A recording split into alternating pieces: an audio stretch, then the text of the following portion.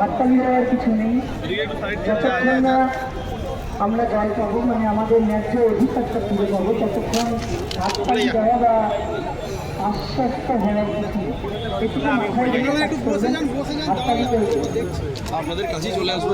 বলতে চাই, প্রথমত আমাদের যেটা ছিল প্রথম দ্বিতীয় তৃতীয় ভাবে নয়, দুটো পয়েন্ট খুব মানে ভ্যালুয়েবল, যেটা ওই যে বলছিলাম আমরা যোগ্য অযোগ্য লিস্ট, যোগ্য অযোগ্য লিস্ট সেটা দেওয়ার জন্য।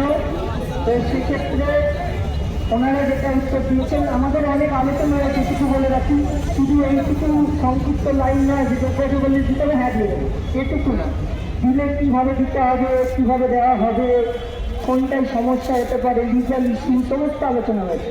আমাদের লয়াররাও বলেছে এগুলো। তো যাই হোক, আলটিমেটলি কী সিদ্ধান্ত ওনারা এসেছেন এবং কী হয়েছে